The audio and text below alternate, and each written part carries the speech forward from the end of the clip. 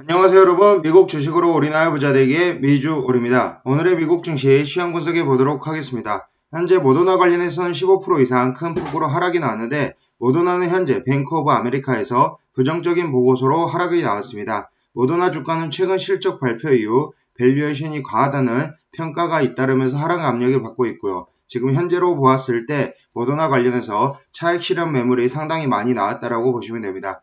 그리고 어제 영상에서도 계속 다뤄드리고 있는 BNKU ETF와 FAS ETF 관련해서 우상향이 지속적으로 나오고 있고 큰 폭으로 상승이 나왔습니다. 같이 보도록 하겠고요. SLXL ETF FNGU 매수 매도 타이밍 보도록 하겠습니다.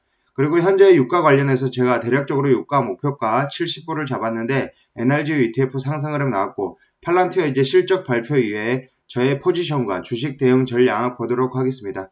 오히려 실적 발표 이후에는 주가가 이제 크게 빠질 수 있다. 이 디지털 터빈처럼 빠질 수 있다라는 점 꼭 참고해 주시고요. 하지만 이제 장기적으로 가져가는 IT 고성장, 저는 이제 장기적으로 연금저축처럼 모아간다라고 생각해 주시면 좋을 것 같습니다. 추가적으로 현재 경기 민감주 계속적으로 얘기를 하고 있는데, 델타항공, 카니발, 보잉, NCLH 주식 모두 상승 흐름이 나왔고요. 관련해서 차트 보도록 하겠습니다. 특히나 열성팬 게시판으로 지금 많이 올려드리고 있으니 관련해서 봐주시면 좋을 것 같고요. 투자주의는 한번 읽어봐 주십시오. 매수나 매도 의견 아닌 점, 제 주관적인 분석인 점 참고해 주시고, 제 영상이 마음에 드시면 많은 좋아요와 구독과 알람 설정 부탁드리겠습니다.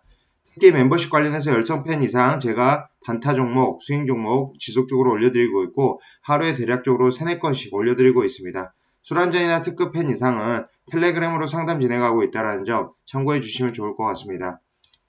제가 어제도 멤버십 게시판을 통해서 이렇게 올려드렸었는데, CPI 지수 발표 얘기를 하면서 지금 BNKU와 FAS ETF 관련해서 절반 정도 물량을 매도를 했다라고 얘기를 했었고요. 저는 이제 단타로 이제 들어간 것이기 때문에 아무래도 이제 10%대 수익이 났기 때문에 매도를 한 상태이고, 어제 대략적으로 마이너스 1%, 델타항공이 마이너스 1%일 때 이제 매수를 한다라고 얘기를 했었습니다. 매수를 했고 실제로 대략적으로 2% 이상 지금 이득을 보고 있다. 한 3% 정도 가까이 이득을 보고 있다라고 보시면 됩니다. 이렇게 열성팬 게시판을 통해서 알려드리고 있으니 많은 관심 부탁드리겠고요. 현재 지금 알람이 안 가신다는 분이 있어서 제가 또 다른 조치로 제가 이제 별도로 이제 공지를 나갈 수 있는 알림이라든지 뭐 별도의 어플리케이션이라든지 별도의 채팅방을 별도로 만들까 생각 중이고요. 특히나 이 특급팬 이상 분들은 제가 투표를 올려서 별도의 단체방을 만들지 고민을 해보도록 하겠습니다.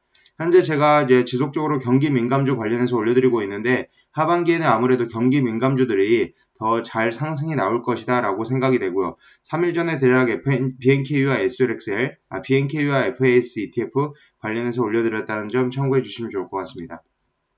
어제 증시 시황 보도록 하겠습니다. 다우는 0.62% 상승 흐름이 나왔고, 나스닥은 0.18% 하락 흐름이 나왔습니다. S&P 500은 0.25% 상승 흐름이 나오면서 다우와 S&P 500이 지속적으로 최고치를 지금 경신해 나가고 있습니다. S&P 500 특히나 4,447에 위치하고 있는데, 연말까지는 무난하게 4,600에서 4,700선까지 올라가지 않을까라고 생각이 되고요. 어제 CPI 지수 발표가 있었습니다. CPI 지수 연간으로 따졌을 때 5.4% 상승 흐름이 나왔고, 예측치가 대략적으로 5.3%, 0.1% 상승 흐름이 나오긴 했지만 지금 굉장히 투자자들이 대부분 굉장히 하이 인플레이션이 올 것이다라고 예상을 했었는데, 그래도 예측치보다 0.1%밖에 차이가 나지 않아서 이 발표 이후에는 나스닥 기술주들이 상승이 바로 전환이 되었고요. 실제로 본장에서도 상승 흐름을 보이다가 결국에는 나스닥 같은 경우는 다시 하락, 차익 실현 매물로 인한 하락이 나왔고, 다우나 S&P 500은 상승 흐름이 나왔다라고 보시면 됩니다. 일단 이제 7월 CPI 계절 조정 기준 전월보다 0.5% 올랐고요. 지난해 같은 기간보다 5.4% 올랐습니다. 그리고 6월 CPI 전월 대비 0.9% 오르고 전년 대비 5.4% 올랐기 때문에 6월보다는 CPI가 더 낮아졌다라고, 전월 대비해서 더 낮아졌다라고 생각해 주시면 될 것으로 생각이 되고요. 현재 변동성이 큰 음식과 에너지를 제외한 7월 근원 CPI는 예상치와 전달치를 모두 윗돌았다라고 보시면 됩니다. 지금 현재 패드에서 계속적으로 연준 의장이 얘기하는 것은 물가 상승세가 경제 재기와 공급망 차질 등에 따라 일시적이라고 계속적으로 얘기를 하고 있는데, 실제로 이 일시적일지는 좀 더 지켜봐야 되겠지만 저는 개인적으로 일시적일 수 있다라고 생각이 되고요. 하지만 이제 테이퍼링 관련해서는 지속적으로 연준 위원들이 10월에는 시작을 해야 된다라고 주장을 하고 있습니다. 9월에 FOMC 회의가 있고 8월 말 잭슨 홀 미팅이 있기 때문에 그때까지는 상황을 지켜봐야 되지만 9월 FOMC 회의에서 본격적으로 얘기가 될 것으로 생각이 되고요. 하지만 10월 달에는 되지 않고 연말이나 연초, 내년 초에 되지 않을까, 테이퍼링의 실시가 되지 않을까라고 생각이 됩니다. 하지만 테이퍼링이 온다라고 해서 무조건 하락이 나오는 것이 아니고 조정이 올 수는 있지만 단기간에 조정은 올 수 있지만 다시 상승세를 이어갈 것이라고 생각이 되고요. 특히나 이제 앞으로 이제 9월, 10월에 미국 바이든 인프라 투자안 관련해서 더 대규모 투자안이 있습니다. 그렇기 때문에 주가는 10월, 11월, 12월에 더 상승 흐름이 나올 수 있다라고 생각이 됩니다. 어제 전반적으로 보았을 때 기술주들 지금 구글이 0.39%, 페이스북이 0.32%, 넷플릭스가 마이너스 0.67% 하락이 나왔고요. 마이크로소프트와 애플은 상승 흐름이 나왔지만 거의 보합 수준에 머물렀습니다. 그리고 아마존이 0.86%, 테슬라가 0.31% 빠지면서 나스닥의 하방 압력을 가했다라고 보시면 되고요. 현재 이제 JP모건, 뱅크 오브 아메리카, 웰스파고, 시티그룹, 모건 스탠리, 골드만삭스 관련 은행주들이 전부 지금 좋은 상태입니다. 은행 금융주들이 좋다라고 보시면 되고, 그러므로 인해서 제가 BNKU 3일 전에 이제 영상에서도 계속 다루고 있는데 지금 4.31% 상승이 나왔고요. 마찬가지로 FAS도 상승 흐름이 나왔다라고 보시면 됩니다. 현재 전고점까지 얼마 남지 않았습니다. 좀 더 상승 흐름을 이어갈 것으로 생각이 되나 일단 제가 어제 미주얼 게시판, 멤버십 게시판에서 물량을 절반 정도 CPI 발표 전에 매도를 했다라는 것은 CPI 발표 지수가 어떻게 나올지 몰랐기 때문에 이것은 예측이 불가능합니다. CPI 지수 발표 이후에 증시의 방향을 알 수 없기 때문에 일단 절반 차익 실현 매물 대략적으로 10% 정도 가까운 이득을 보고 나왔다라고 보시면 되고요. 하지만 BNKU FAS 지금 들어가기에는 지금 없으신 분들은 지금 들어가기에는 부담스러운 자리라고 생각이 되고요. 특히나 이제 보조지표상으로 보았을 때 RSI가 FAS만 하더라도 69.78, 맥드 3.52, CCI는 216.52로 54로 단타나 스윙으로 대응하시는 분들은 약간씩 분할 매도를 들어가는 게 맞지 않나라고 생각이 됩니다.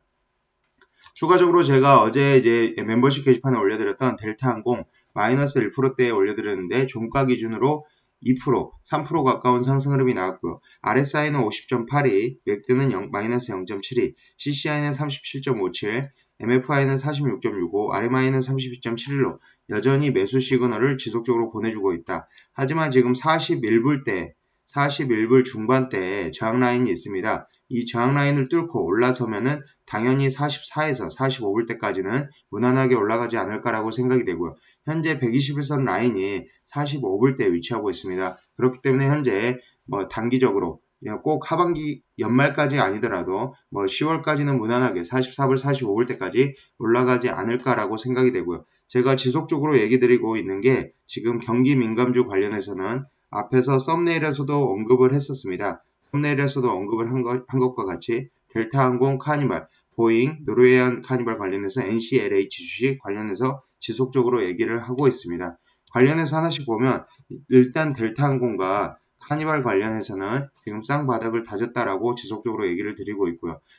카니발도 1.44% 상승 흐름이 나왔다라는 점 참고해 주시면 되고 특히나 제가 어제 NCLH 관련해서 이제 크루즈 선사 관련해서 지금 얘기를 하고 있는데 CCL보다는 NCLH가 더 상승 흐름이 잘 나올 수 있을 것 같아서 그리고 더 좋은 흐름을 보여주고 있고 관련해서 더 아무래도 둘 중에 비교를 한다면 NCLH 주식이 더 낫지 않나라고 생각을 해서 소개를 시켜드렸습니다. 관련해서 보면 역시나 상승 흐름이 카니발보다는 더 높게 나온다라고 보시면 되고요. 1.74% 상승 흐름이 나왔다. 지금 현재 일단 CCL과 NCLH 모두 델타항공도 마찬가지로 단기적으로 보았을 때는 일단 저항 라인에 걸쳐 있지만 이 저항 라인을 뚫고 올라간다면 더 상승 흐름이 나올 수 있지 않을까라고 생각이 되고 현재 보잉도 마찬가지입니다. 보잉도 아무래도 다른 델타항공보다는 상승 여력이 더 부족할 수는 있으나 앞으로 하반기에 더 기대가 된다라고 생각이 되고요. 일단 121선 라인을 뚫어져 있는 모습이기 때문에 좀 더 상승 흐름이 델타항공도 나올 수 있다라고 생각이 됩니다.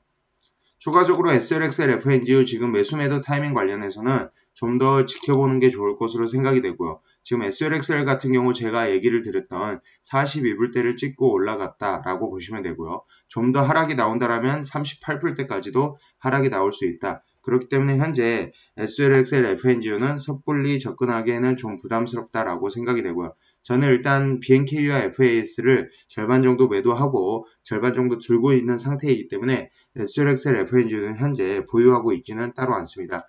제가 이제 SX를 매수를 하려고 했었는데 SXX는 현재 시점에서 매수 타이밍을 좀 놓쳤다라고 생각이 되고요. FNGU 같은 경우도 현재 34불대 위치하고 34불대까지 내려왔다가 35불대, 35.35불에 위치를 하고 있고요. 더 빠지게 된다라면 32불과 33불까지 이 120일선 라인까지 빠질 수 있다는 점 참고로 들어주시면 좋을 것 같습니다.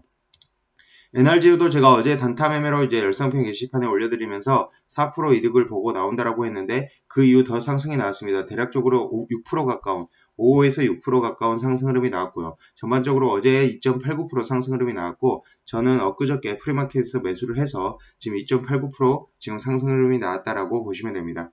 현재 지금 NRGU 관련해서는 유가 흐름을 봐야 되는데 유가가 지금 현재 1.57% 상승한 69.36불 아무래도 제 예상으로는 70불 위아래로 왔다 갔다 좀 하지 않을까라고 생각이 되고요. 연말까지는 좀 지켜봐야 되겠지만 유가는 최대 80불까지도 상승 흐름이 나올 수 있다는 점에서 참고로 봐주시면 좋을 것 같습니다. 지금 현재 10년물 국채금리 어제 CPI 발표 이후 다시 하락이 나왔고요. 1.344%에 위치를 하고 있고 한동안은 1.3%대를 유지를 할 것으로 생각이 되나 연말까지는 어쨌든 금리는 지속적으로 상승이 나온다라고 생각해 주시면 좋을 것으로 생각이 되고요. 지금 현재 이제 CPI 지수 관련해서 이렇게 인플레이션이 일시적이다라는 것을 어느 정도 보여주었다라고 생각이 되지만 테이퍼링을 진행을 할 예정이고 그리고 앞으로 2023년 되면 금리 인상을 할 예정이기 때문에 결국은 10년물 국채 금리 관련해서 TMV ETF도 관심 있게 봐주시면 좋을 것 같습니다.